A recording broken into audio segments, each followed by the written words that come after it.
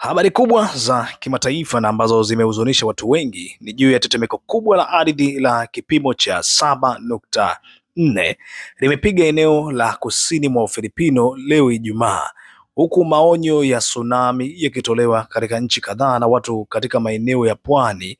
karibu wakihimizwa kuhamia bara au kwenye ardhi ya juu zaidi.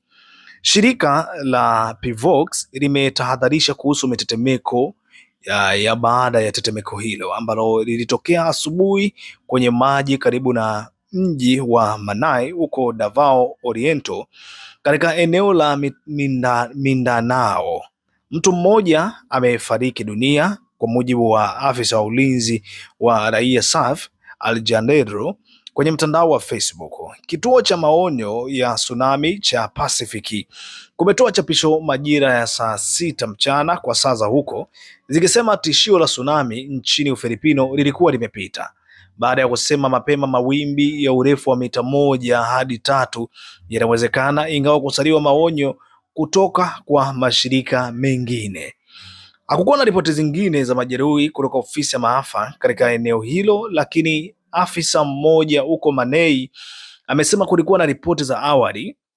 za uharibifu wa nyumba, majengo na madaraja. Tetemeko hilo lilikuwa kati ya matetemeko makubwa zaidi katika miaka ya hivi karibuni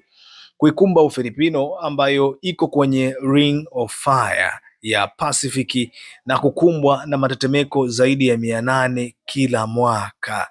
Bana, kutokea kule Ufilipino raia wengi wameonekana, video mbalimbali zinaonekana zikisambaa mitandaoni, hata wanafunzi darasani wakionekana wanateseka, wanahangaika, viti vikinaniliu vikisambaratika barabarani, watu wakilala chini na sehemu mbalimbali wakijiepusha kwa karibu na majengo kutokana na kile ambacho kimetajwa ya kwamba tetemeko la ardhi limeweza kutokea, na mpaka ripoti ambazo zipo hivi sasa, basi mtu mmoja amefariki kutokana na janga hilo ambalo limewakumba watu wa kule Ufilipino.